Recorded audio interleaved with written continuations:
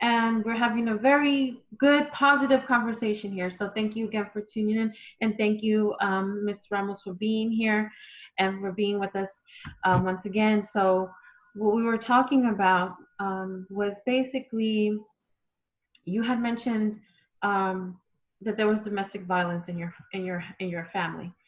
Um, my question to you is, how do you think it could have been avoided?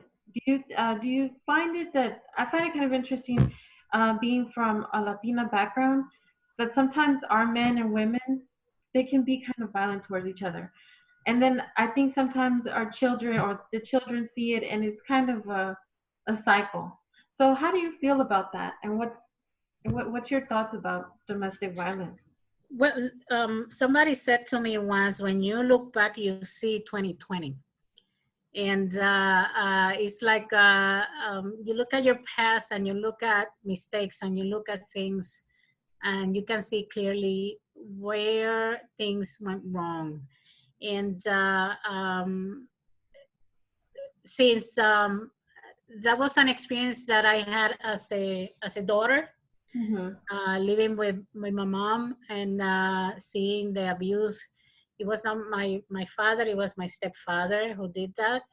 And the story was that he was abandoned by his own mother. He was raised by his grandmother.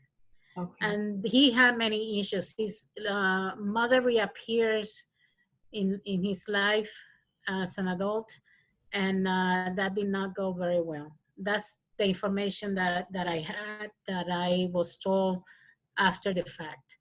Um, you try to understand the social issues behind it. And in our Latino culture, there's a lot of machismo, there's a lot of pride, there's a lot of you know sometimes the culture gets in the way of many things, the way that you're raised, all those influences, sometimes religious influences, that are not, I would say, not properly taught. All those influences have to do, in my opinion, with the issues of domestic violence. And when that happens, it's hard to avoid. It gets passed on. It's learned behavior. It's also things that are out of control. And by the time that you try to fix it, it might be a little bit too late. It has to be a self-acknowledge, and you need to really want to change the behavior by doing other things and find the help that you need.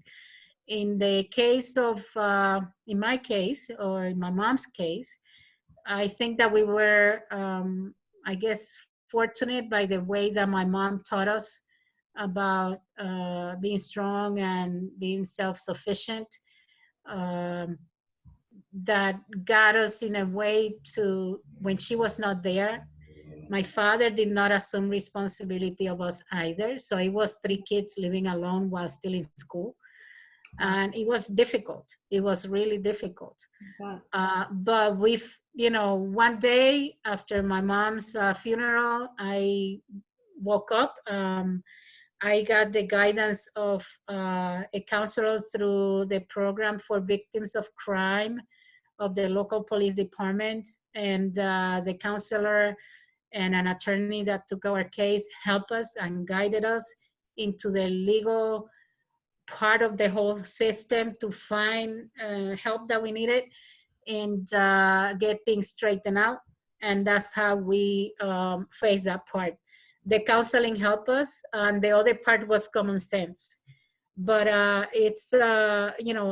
stayed in the house where the murder happened, the situation happened. I cleaned the blood. I went to oh my the God. morgue to identify my mom's body, and I took charge into everything else that came along.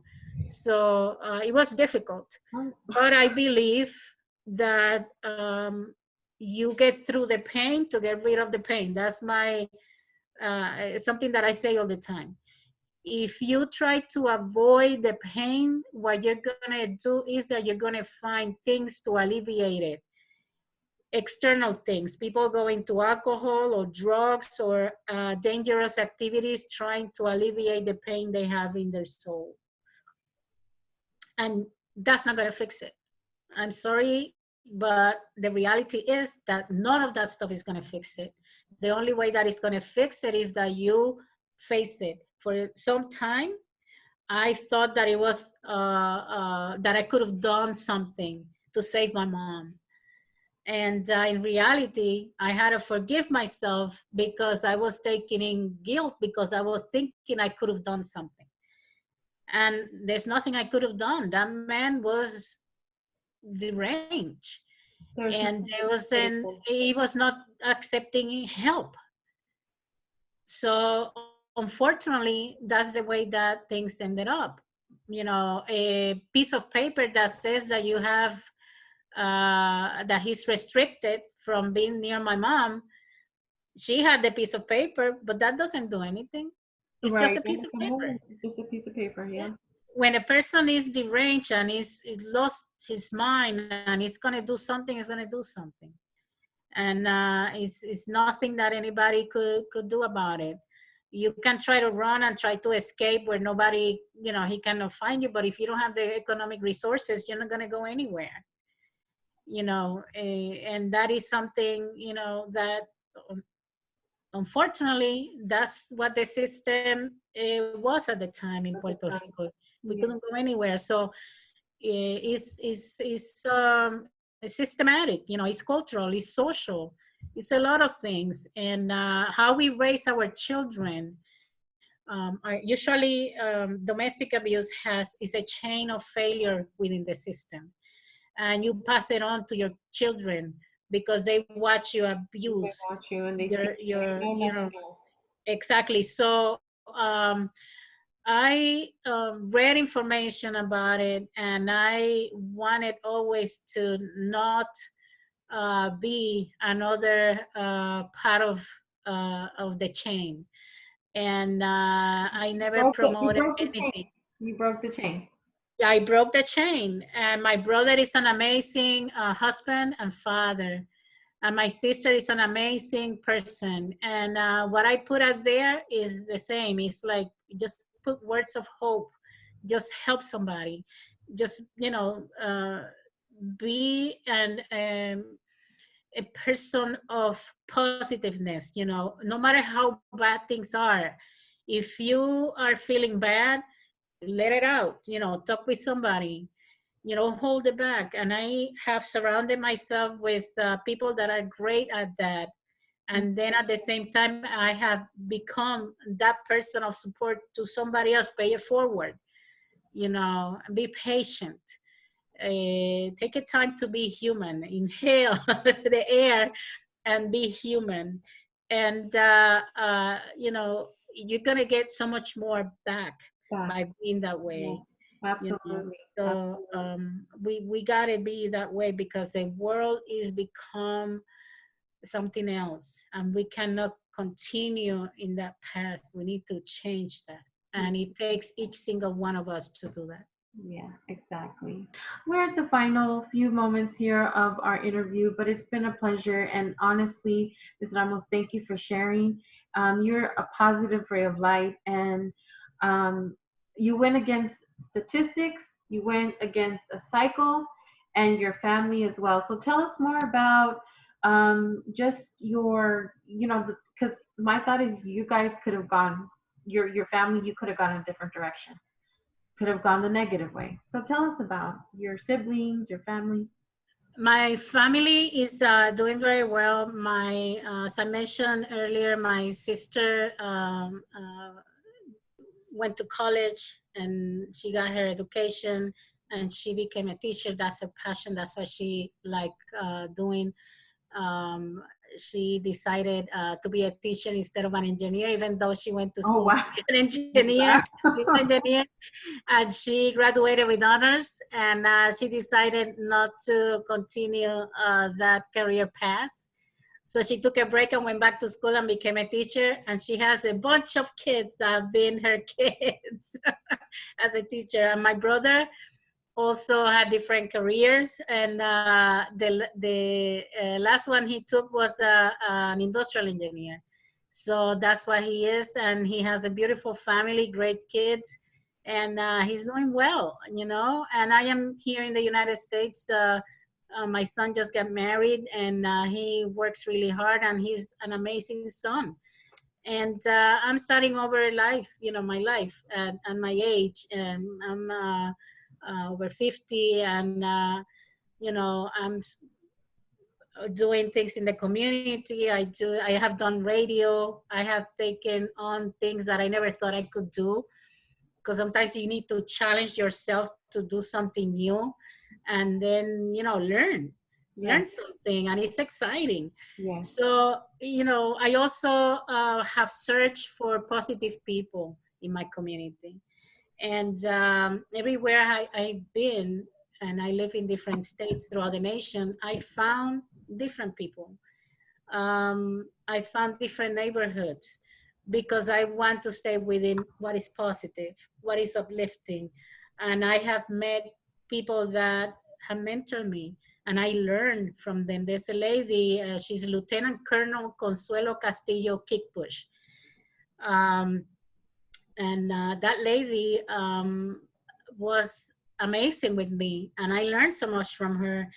And it's called the Family Leadership Institute. And through that, I learned how to um, make sure that I was engaged and involved in my son's school for his academic success. And it works. That works. I was told, be involved in your son's education, but I didn't know how to. And I came across this program. I went to a meeting and I had one of the most experiences, the most wonderful experiences in my life. And it helped me. And I saw how many other parents, Latino parents, were able to do the same for their kids, and they advance. You know, there's a connection between parental involvement in education for the academic achievement of the kids, and it works. And if you want to do something with your kids, you know, volunteer with the school that your kid is at. You did a lot. Become a partner to the kid's teacher. I became a partner with all of my son's teachers from elementary school to high school, How- and they knew me by first name. The principals knew me by first name. That's good. And that is something that I recommend, to create that change at family level. Because once the kids start to go into middle school, there's a disconnect. Why? Because the kids are more independent. And that's when you need to be more aware as a parent, knowing the kids' friends, making sure that you're at that school volunteering all the time, because that's when you're going to know when there's a problem how to deal with it. How to deal with it. And that's very important at high school level. And knowing your kids' friends is important, because there's going to be a lot of changes happening there, and we need to keep our kids safe. You don't want them to stray. And that's a big step into avoiding issues. You know, keep your kids in other activities. I always challenge my son to go ahead of the game about many things within his interest, because it's not also to be pushy to put him in things they are not interested in. It has to be something that flows, that feels comfortable, and that the whole family could be part of. And that's difficult because we are also absorbed by work and commuting to work and coming back home and making dinner, that you don't have time for yourself, and it's all about the kids and the family. But that's what it is. It's the reality of it. We don't stop being parents. We're always going to be parents. They're always going to be our kids. There's always going to be something. And the sooner we realize that and we accept it and we work at it, the better we become at being a parent, and the better chances we have that our kids turn out to be okay. And the neighborhood, the environment where you're at. Sometimes we need to go to places that are different, that are not so much, there's not much crime in it. You know, we need to go to places that are safer, and because we want our kids to have the best that we can provide. If you can And provide you. yeah, so sometimes it takes that, and getting your kids to be involved. My son volunteered. We used to go to um, senior centers, and we learned how to knit with two needles because we were visiting a lady that wanted to teach us how to do that, and she was crazy about my son.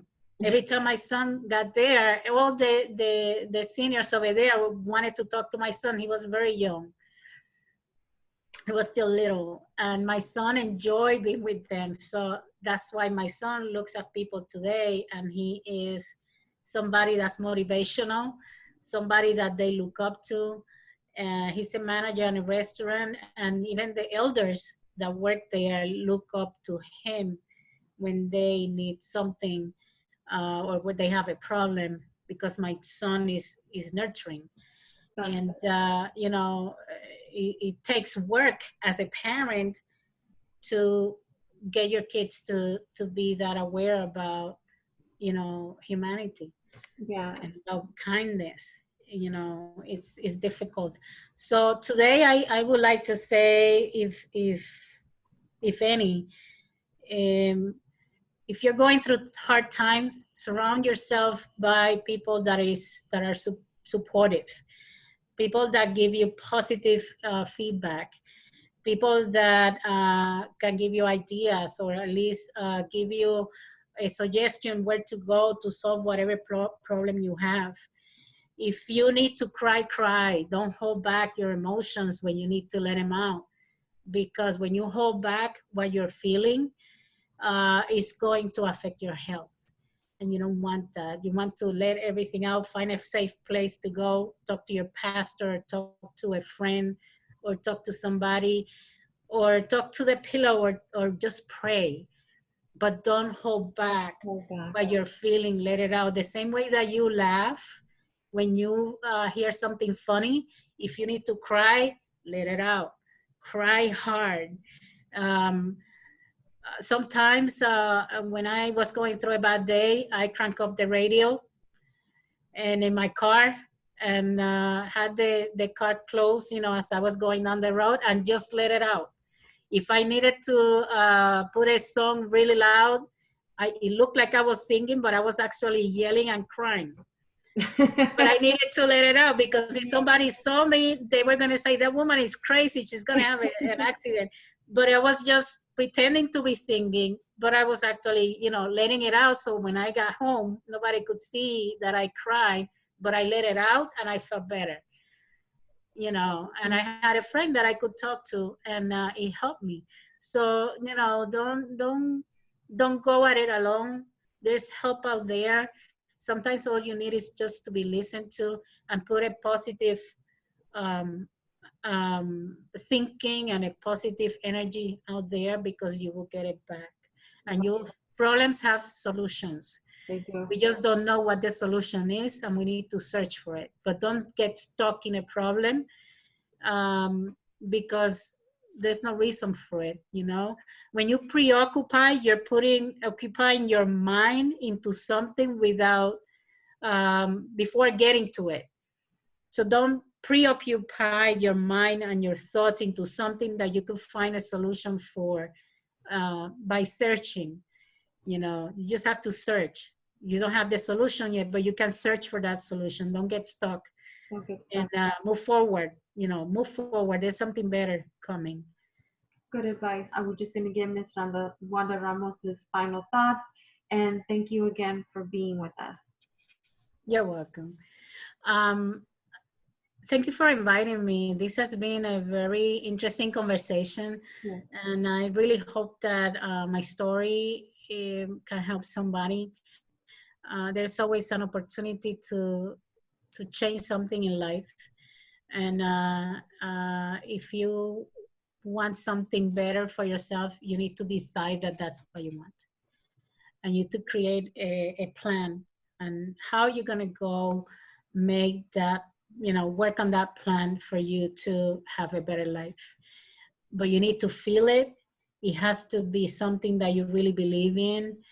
um, have some um, soul searching and find yourself in the place in which you can make that decision, Yes. make that choice, take a chance at something different and something better that is going to be positive for you. There are the one thing that is good in these times that we live is that there's information everywhere, it's accessible. And if you're feeling depressed, find out how the thoughts of depression work in your mind and how to control them. You know, How to um, combat them, how to go yes, against them. Yes. if traumatic situations can get you to the point of feeling those or having those self-defeating thoughts and guilt and all those negative feelings and thoughts, and you need to find a strategy that works for you on how to not let that overpower you. And there's a solution to problems. When there's a problem, there's always going to be a solution. You may not know what the solution is, but there might be a place somewhere, somehow, that you can find the solution to the problem. And sometimes we make the problems bigger and they are really simple. It's just that we don't know. At We the don't know moment. what to do. Right. So And you don't need to stress. That's an emotion you don't need to feel. Refuse to feel stress. You say, okay, that's a problem. Okay, so how am I going to fix it? How am I going to take care of it? And you let me Google it. Let me Google it. Google has all the answers. And let's see what it says in there. Ask somebody. If you have a friend, or if you know, talk with a friend and see if that friend knows somebody that can refer you to that person to find a solution. Look at the websites in your local government. Sometimes there are offices that may have information that you could use, you know, but don't get stuck. The idea is not to get stuck, it's to search for something to find the solution. You can eliminate feelings of stress when there's a problem. Just don't feel them, because that affect your health. They say that stress is also related to cancer. a, Um, a lot of things I would believe. yeah, and that's the cortisol level, is the hormone that develops when you're stressed out. You don't want that. So Right. remember that when you're going through a situation, I don't need to feel it. All I need is a solution to a problem. Yes. And when you take that out of the equation, you already feel better. And then go to sleep. Tomorrow the problem may still be there, and all you have to do is continue searching, Exactly that. until you find, yeah, and go ask question, go to the place. And if that place doesn't have the solution, ask them, is there another place that you can send me to? you know And just what's keep the on. worst it could happen? That they Right. say, yes, there's this place you could go to, you Exactly. know and you keep moving forward. Don't, allow yourself to feel free of all those things that are not positive. Give yourself permission to forgive yourself. Sometimes we need to forgive ourselves, um, and about whatever, the situation it is. We cannot live the rest of our life feeling guilty about something. Forgive yourself, and be kind to yourself. Take it a moment to breathe. Take a moment to go for a walk. Take care of yourself, you know and you could be better to your family, to your children, to your spouse, when you take care of yourself and when you love yourself. And that is easier said than done, because we are culturally conditioned to be the caretakers of others. And sometimes we can't. And you need to forgive yourself for that, because sometimes you just can't. Sometimes you can. And just do the best you can to take care of yourself. And if you take care of yourself first, you can take care of the rest of the family. Absolutely. I learned through the Family Leadership Institute with Consuelo Castillo Kick Push, and the first lesson was, if you are a mom or a dad, you are a leader. You are a leader. That's the first experience at leadership that you have. Why? You manage the household, you manage raising your children, you manage the budget, you manage to pay the bills, you manage to cook the food, you manage to teach your kids, you manage to support your spouse and support each other, and you manage to take care of yourself, and you manage to go to work and be Yeah, responsible. You are definitely, a leader. definitely leadership. Definitely Yes. something you have to take So time. we need to see ourselves that way, and you are responsible for that. And when you see it, you're gonna, when you visualize that yourself as a leader, something that nobody told us before, but when you actually see it, you are a leader. And what a leader does, what do? You lead the rest of the family, and you want to lead in a positive manner, Positive way. and you want to present the best of you, Yes. and that's what we are. So I hope that that life is better for whoever is listening and watching this, and I hope that everybody can find a way in life to be happy, to find comfort, and to find a brighter future for themselves and for their families. Thank you. That was beautiful. We appreciate that. So I want to thank you again. We're going to end this interview. I want to thank everyone that's tuned in. Thank you, Ms. Wanda Ramos. I really appreciate you. I really feel that this interview has and will touch, well, it certainly touched me. I can say that. So thank you for that. Yeah. Thank you for Um, the opportunity. you're welcome. Well, again, this is Leslie Rodriguez. Welcome, everybody. Welcome to Life on Life Terms. This is episode 18. I'm your host, Peter Steffen. And today we're here with Vienna Marie. Hi, Vienna. She's an artist. Hi, Vienna. How are you? How you doing tonight?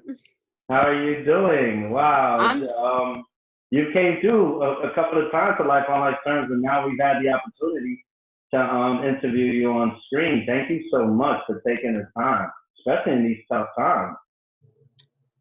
I look, everybody is on lockdown, so I appreciate being a guest. Lockdown, yeah. Not the best time for an artist. Not probably the greatest way to start an interview, but not the Well, best time. And I want to say that because I just want to tell the world, everybody listening, I have never met an artist, a person, a manager, however you want to label her, as active. Like every day, it's a new event, fully stacked, new flyer. She's amazing. Deanna, please, can you talk about that? How do you stay so busy? It's amazing. I've never seen it.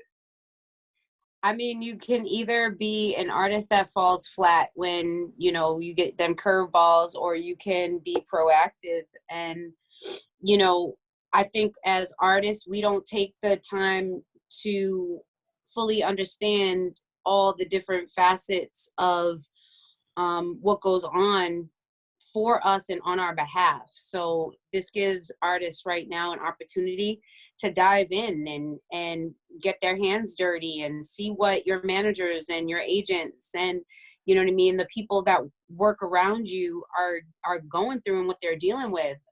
As a former label owner who had to cover every role, manager, agent, all that, producer, all that, I can see